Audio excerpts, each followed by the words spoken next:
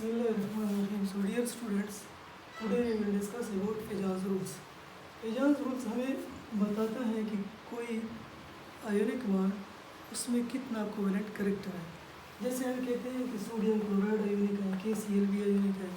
इन दोनों में से ज़्यादा आयोनिक कौन सा है, या इन दोनों में से कम कोवेलेंट कौन सा है, या ज़्यादा कोवेलेंट करेक्टर इन दोनों में से किस में है. तो आयोनिक बॉन्ड में जो कोवेलेंट करेक्टर है उसके बारे में एजाज रूल्स में बताता है. तो इसके पोस्टुलेट्स जो है, फर्स्ट पोस्टुलेट जो है size of cation and anion. जो कीटायन का साइज है, size of cation this is inversely proportional to covalent character. यानी अगर कीटायन छोटा है, अगर कीटायन छोटा है तो बॉन्ड का कोवेलेंट करेक्टर ज़्यादा होगा. अच्छा, सेकंड जो है वो है size of anion. Size of anion, anion की साइज के साथ डायरेक्ट रिलेशन है किस चीज़ का, कोवेलेंट करेक्टर का.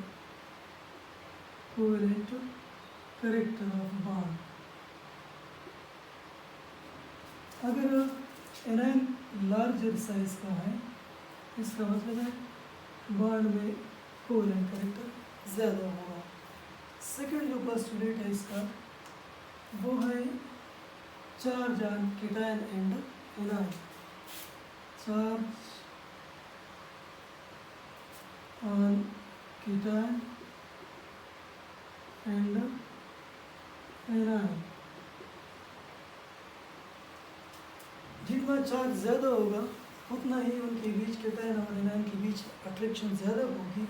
और जब अट्रैक्शन ज़्यादा होगी पॉजिटिव और नेगेटिव आयन के बीच, अगर अट्रैक्शन ज़्यादा होगी यानी कीटायन एनायन को ज़्यादा अट्रैक्ट करेगा उसका इलेक्ट्रॉनिक कर्व, तो कोवेलेंट करेक्टर बढ़ेगा.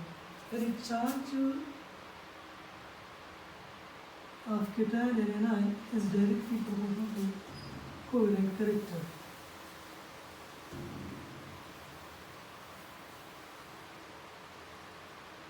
जितना चार्ज ज़्यादा होगा उतना ही कोवेलेंट करेक्टर बॉन्ड का ज़्यादा होगा. और तीसरा जो पॉइंट है या पोस्टुलेट्स है, आखिरी पोस्टुलेट वो ये है कि अगर दो कीटायन है और दोनों का साइज और चार्ज सेम है, जैसे हमारे पास है मैग्नीशियम है और जिंक है, इन दोनों का साइज और चार्ज सेम है, तकरीबन साइज सेम है और चार्ज सेम है. तो फिर इन दोनों में से कोवेलेंट करेक्टर कौन सा ज़्यादा इंड्यूस करेगा बॉन्ड में.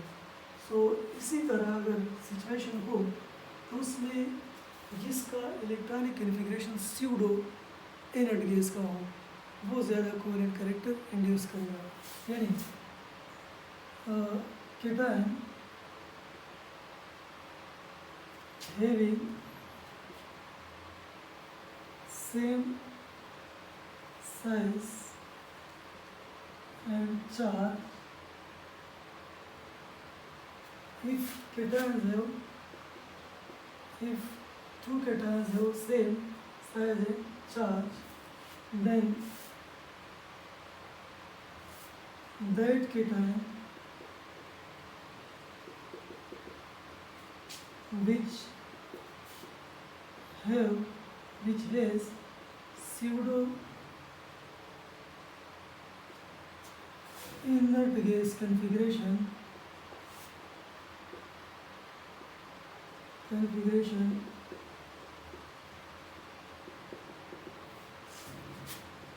will induce more covalent character.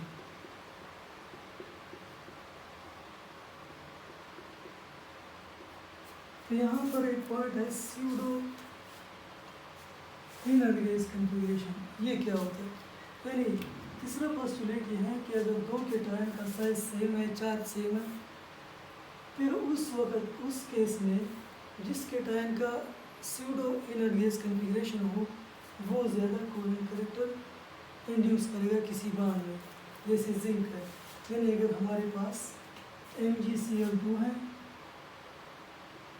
और ZnCl2 है, तो इन दोनों में से कौन सा ज़्यादा कोवेलेंट होगा?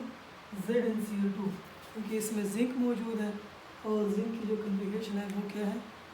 वो स्यूडो इनर्ट गैस कन्फिग्रेशन है।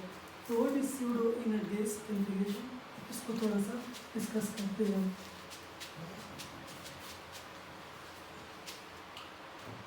तो अगर हम देखें मैग्नीशियम की कन्फिग्रेशन Mg+2 की, तो 1s2, 2s2 और 2p6, ये मैग्नीशियम की कन्फिग्रेशन है जो कि इनर्ट गैस कन्फिग्रेशन है। This is inert gas configuration. और अगर हम जिंक को देखें, जिंक+2, इसकी कन्फिग्रेशन है 1s2, 2s2, 2p6, 3s2, 3p6 and 3d10, 4s0। तो ये वाली जो कन्फिग्रेशन है आउटर मोस्ट शेल की, इसमें शेल नंबर 3 में टोटल कितने इलेक्ट्रॉन है? 18 इलेक्ट्रॉन। अगर 18 इलेक्ट्रॉन हो किसी आयन के आखिरी शेल में, तो ये कन्फिग्रेशन कहलाता है स्यूडो इनर्ट गैस कन्फिग्रेशन। यहाँ पर डी मौजूद है, डी क्या है? पोर शील्डिंग की वजह से ये जो इसका केटायन है, इसका जो न्यूक्लियस है वो एनायन को स्ट्रांगली अट्रैक्ट करता है और उसमें कोवेलेंट कैरेक्टर इंड्यूस करता है। तो ये 3 पोस्टुलेट्स हैं फेजाज रूल के। फेजाज रूल जो है ये बेसिकली इसमें 2 की कॉन्सेप्ट इस्तेमाल होते हैं। एक को हम बोलते हैं polarising power, polarising power of cation, एक ये वाला कॉन्सेप्ट इस्तेमाल होता है। और दूसरा जो कॉन्सेप्ट है वो है polarisability, polarisability of anion, polarising power of cation और पोलराइजेबिलिटी ऑफ एनायन, इसी को इस्तेमाल करके फेजाज रूल्स के थ्रू हम कोवेलेंट कैरेक्टर निकाल देते हैं। अब इसको थोड़ा सा डिस्कस करते हैं, पोलराइजिंग पावर क्या है और पोलराइजेबिलिटी क्या होती है।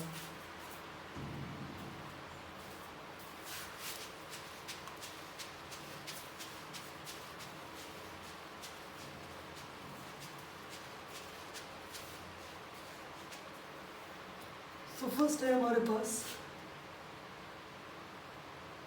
Polarising power of cation. Let's suppose हमारे पास कोई आयोनिक कंपाउंड है जिसमें एक केटायन है और एक एनायन मौजूद है, इसके न्यूक्लियस में पॉजिटिव चार्ज होता है। तो केटायन पे पॉजिटिव चार्ज होता है, एनायन पे ओवरऑल नेगेटिव चार्ज होता है। केटायन क्या करता है कि एनायन का जो इलेक्ट्रॉनिक क्लाउड है वो उसको अपनी तरफ खींचता है, इसका इलेक्ट्रॉनिक क्लाउड ये अपनी तरफ खींचता है, क्योंकि इस पर नेगेटिव चार्ज है, केटायन पे पॉजिटिव, तो केटायन इसका इलेक्ट्रॉनिक क्लाउड अपनी तरफ खींचता है। और जिससे जो एनायन है, यानी ये केटायन है, लेट्स सपोज सोडियम का केटायन है और ये आयोडाइड का एनायन है, तो ये इसका इलेक्ट्रॉनिक क्लाउड अपनी तरफ खींचता है, जिसकी वजह से जो एनायन है उसका इलेक्ट्रॉनिक क्लाउड डिस्टार्ट हो जाता है। तो केटायन की वो पावर जिसके थ्रू वो एनायन का इलेक्ट्रॉनिक क्लाउड डिस्टार्ट करता है, केटायन का ये पावर ये कहलाता है polarising power of cation. So it is the power of cation to distort the electronic cloud of anion, yeah, it is power of cation to polarize anion। फिर अगर हमारे पास कोई कीटायन है, कीटायन, और ये कोई एनायन है, इस पर नेगेटिव चार्ज है, यहाँ पर इसका न्यूक्लियस है, तो जब ये इसका इलेक्ट्रॉनिक क्लाउड खींचेगा तो ये कीटायन है हमारे पास, और जो एनायन है वो इस तरह का शेप तैयार करेगा, इसका न्यूक्लियस एक तरफ और इलेक्ट्रॉनिक क्लाउड दूसरी तरफ, इसमें पोल्स क्रिएट हो गई है, ये पोलराइज हो गया। So the power of cation to polarise anion, this is called as polarising power of cation. इसकी पोलराइजिंग पावर ऑफ कीटायन, इसकी इम्प्लीकेशन क्या है?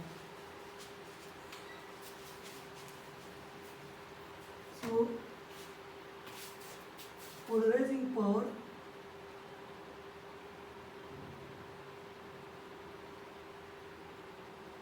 of cation, this is directly proportional to covalent character, covalent character के directly proportional है। यानी अगर हमारे पास कोई कीटायन है और ये कोई एनायन है, अगर ये इसका इलेक्ट्रॉनिक क्लाउड खींचता है, ठीक है, इसने इलेक्ट्रॉन ट्रांसफर किया है एनायन को, लेकिन उसके बाद ये इसका इलेक्ट्रॉनिक क्लाउड अपनी तरफ खींच रहा है, इसका मतलब है कि बॉन्ड में कोवेलेंट कैरेक्टर इंड्यूस हो गया। क्योंकि अगर कीटायन यानी अगर एक एटम दूसरे को इलेक्ट्रॉन डोनेट करता है तो इस पर नेगेटिव, इस पर पॉजिटिव आएगा, लेकिन अगर ये पॉजिटिवली चार्ज कीटायन दोबारा इलेक्ट्रॉन को खींचेगा तो बॉन्ड में शेयरिंग जैसी हो गई और बॉन्ड क्या हो गया, थोड़ा सा कोवेलेंट हो गया, ठीक है। तो जितना पोलराइजिंग पावर कीटायन का ज़्यादा होगा उतना ही कोवेलेंट कैरेक्टर ज़्यादा होगा, और कोवेलेंट कैरेक्टर जो है अगर ये ज़्यादा होगा तो फिर कोवेलेंट कंपाउंड जो है वो कम सॉल्युबल होते हैं वाटर में, जो आयोनिक कंपाउंड है वो ज़्यादा पोलर होते हैं और वो ज़्यादा सॉल्युबल होते हैं, इसकी सॉल्युबिलिटी क्या हो गई, वाटर में डिक्रीज हो गई। और जब कोवेलेंट कैरेक्टर ज़्यादा है किसी बॉन्ड में तो उसकी थर्मल स्टेबिलिटी कम हो गई, क्योंकि covalent bond thermally less stable होता है। सो थर्मल स्टेबिलिटी इन्वर्सली रिलेटेड है, और चूँकि आयोनिक कंपाउंड उनकी लेटेस्ट एनर्जी ज़्यादा होती है, कोवेलेंट कंपाउंड की कम होती है, तो अगर कोवेलेंट कैरेक्टर इसमें इंड्यूस हो गया, पोलराइजिंग पावर ज़्यादा तो कोवेलेंट कैरेक्टर ज़्यादा, तो फिर इसकी लेटेस्ट एनर्जी कम हो गई, लेटेस्ट एनर्जी कम होगी, और लेटेस्ट एनर्जी कम होगी, इसका मतलब है इसकी मेल्टिंग पॉइंट इसका क्या होगा, कम होगा, मेल्टिंग पॉइंट कम होगा। और अगर कोवेलेंट कैरेक्टर ज़्यादा है इसका मतलब है कि आयोनिक कैरेक्टर इसका कम है, आयोनिक कैरेक्टर उसमें कम है, तो ये एक रिलेशनशिप है। चलिए हम थोड़ा सा पोलराइजिंग पावर देखते हैं कि पोलराइजिंग पावर किस चीज़ पे डिपेंड करता है। पोलराइजिंग पावर कीटायन का वो किस चीज़ पे डिपेंड करता है, इसको थोड़ा सा डिस्कस करते हैं, फिर इस पर छोटे छोटे क्वेश्चन करते हैं। पोलराइजिंग पावर जो है ये डायरेक्टली प्रोपोर्शनल है चार्ज डेंसिटी ऑफ कीटायन की, charge density of cation. Charge density क्या है, what is charge density? Charge density is equal to charge बटा साइज या वॉल्यूम ऑफ कीटायन। यानी अगर चार्ज ज़्यादा है तो पोलराइजिंग पावर ज़्यादा है, चार्ज अगर ज़्यादा है किसी कीटायन का तो पोलराइजिंग पावर ज़्यादा है, लेकिन अगर साइज बड़ा है कीटायन का तो फिर पोलराइजिंग पावर इसका क्या होगा, कम होगा। अगर साइज छोटा है तो पोलराइजिंग पावर ज़्यादा है, और अगर साइज बड़ा है तो पोलराइजिंग पावर क्या होगा, कम होगा। साइज़ के इन्वर्सली रिलेटेड है। साइज़ बड़ा है, पोलराइजिंग पावर कम है, और चार्ज ज़्यादा है तो पोलराइजिंग पावर ज़्यादा है। तो ये है इसका चार्ज डेंसिटी के साथ रिलेशनशिप। जैसे कि अगर हमारे पास एक है लिथियम आयन, दूसरा है सोडियम आयन, तो इनमें से दोनों में से किसकी पोलराइजिंग पावर ज़्यादा है? तो लिथियम आयन की ज़्यादा है, क्योंकि लिथियम आयन जो है वो स्मॉलर इन साइज है, चार्ज दोनों का सेम है। लेकिन अगर हम कंपेयर करें सोडियम आयन और मैग्नीशियम आयन, तो सोडियम जो आयन है उसमें +1 चार्ज है, जबकि मैग्नीशियम आयन पे +2 चार्ज है। तो चार्ज डेंसिटी इसकी ज़्यादा हो गई और पोलराइजिंग पावर मैग्नीशियम का ज़्यादा हो गया। इसी तरह अगर हम बात करें सोडियम का पोलराइजिंग पावर कम है मैग्नीशियम से, और मैग्नीशियम का पोलराइजिंग पावर कम है Al+3 से, एल्यूमिनियम से। तो ये है चार्ज डेंसिटी के साथ इसका रिलेशनशिप पोलराइजिंग पावर का।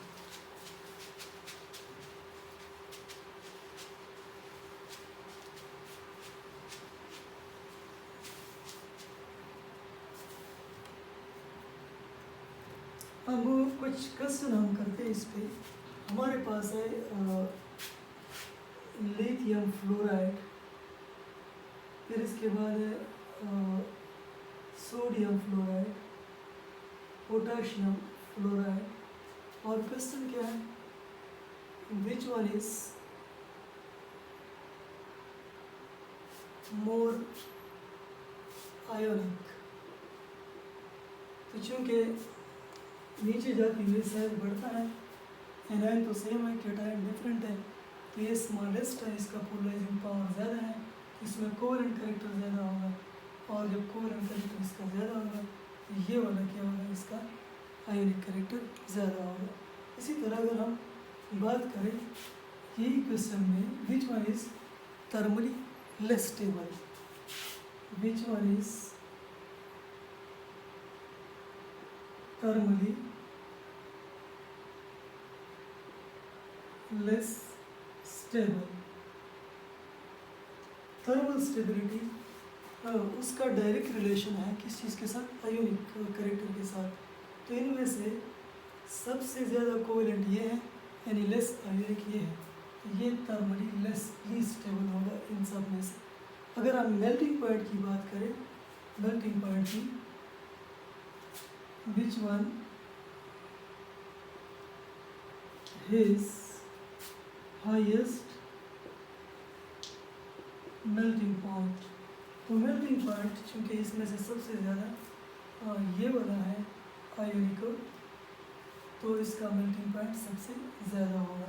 अगर हम सॉल्युबिलिटी की बात करें, which one is more soluble in water. तो इनमें से सबसे ज़्यादा यूनिक ये है और सबसे ज़्यादा सॉल्युबल भी यही होगा वाटर में। चलिए कुछ और क्वेश्चन इससे रिलेटेड आप करते हैं।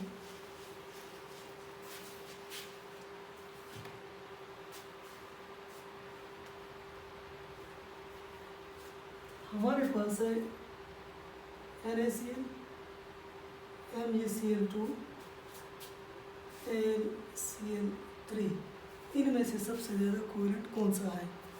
तो जब हम यूँ जाते हैं, ये सोडियम है, इसकी पोलराइजिंग पावर मैग्नीशियम से कम है और मैग्नीशियम का कम है एल्यूमिनियम से, एल्यूमिनियम +3 से।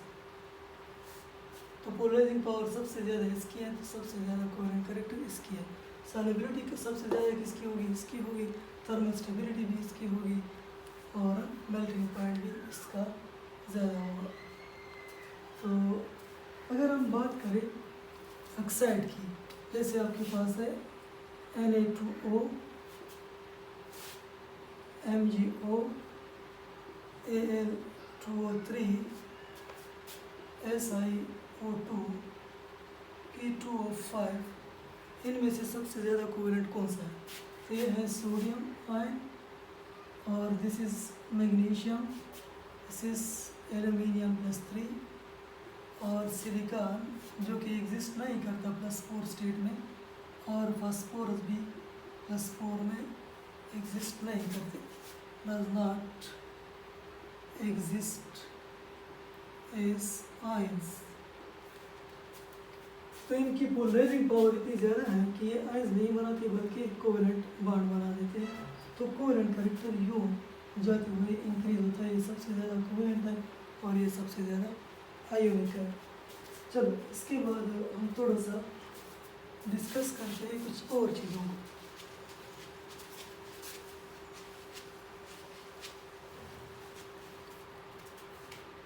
Polarisability of anion, polarisability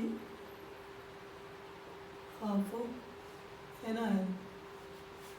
let's suppose हमारे पास लिथियम केटायन है, ठीक है, एक है LiCl और दूसरा है LiI, लिथियम आयोडाइड और लिथियम क्लोराइड। दोनों केस में लिथियम का आयन मौजूद है।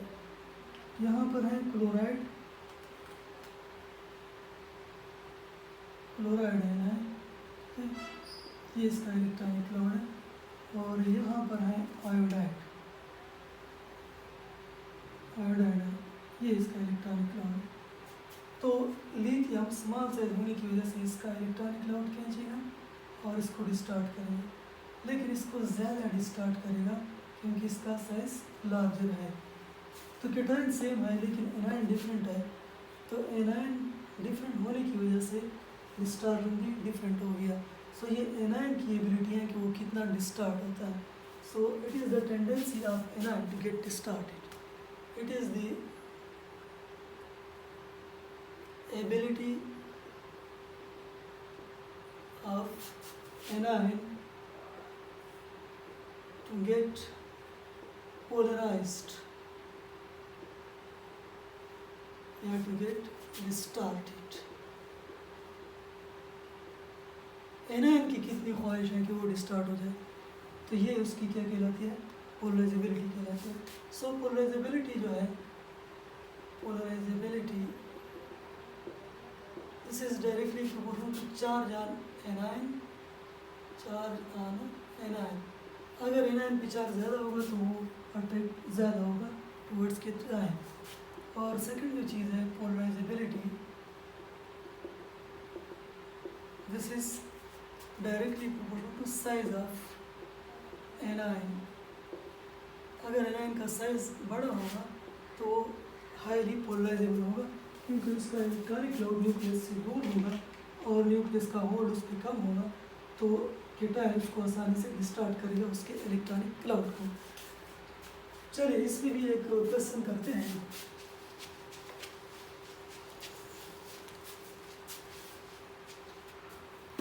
हमारे पास है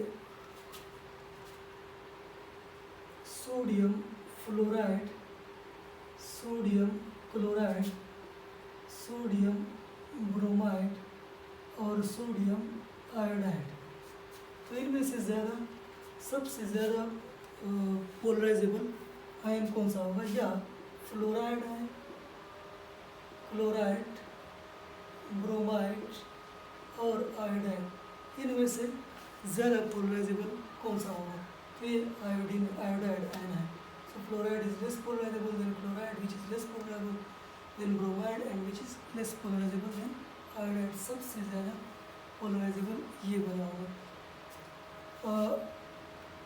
पोलराइजेबिलिटी का भी उसी तरह रिलेशनशिप है। Polarisability this is directly proportional to covalent character, covalent character, और बाकी वही चीज़ें उसी तरह directly proportional to covalent character, तो inversely proportional to ionic character, ionic character, inversely proportional to lattice energy and inversely proportional to melting point, inversely proportional to thermal stability. ठीक है, अगर इनमें से क्वेश्चन पूछे which one is most ionic, ये वाला सबसे ज़्यादा आयोनिक होगा, most ionic. Which one is most ionic? तो ए, बी, सी और डी, कौन सा होगा? ए वाला मोस्ट आयोनिक है।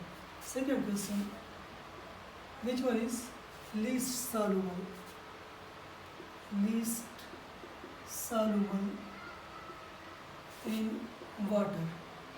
तो इनमें से सबसे आयोनिक ज़्यादा ये वाला है, सबसे ज़्यादा कोवेलेंट ये वाला है। तो ये वाला कोवेलेंट ज़्यादा है, तो ये लीस्ट सॉल्युबल होगा, डी वाला। और हाईएस्ट मेल्टिंग पॉइंट किसका होगा? सबसे ज़्यादा आयोनिक ये है, तो इसका मेल्टिंग पॉइंट सबसे हाईएस्ट होगा। So these are all about Fajans rules, polarizability and polarizing power of cation and anion.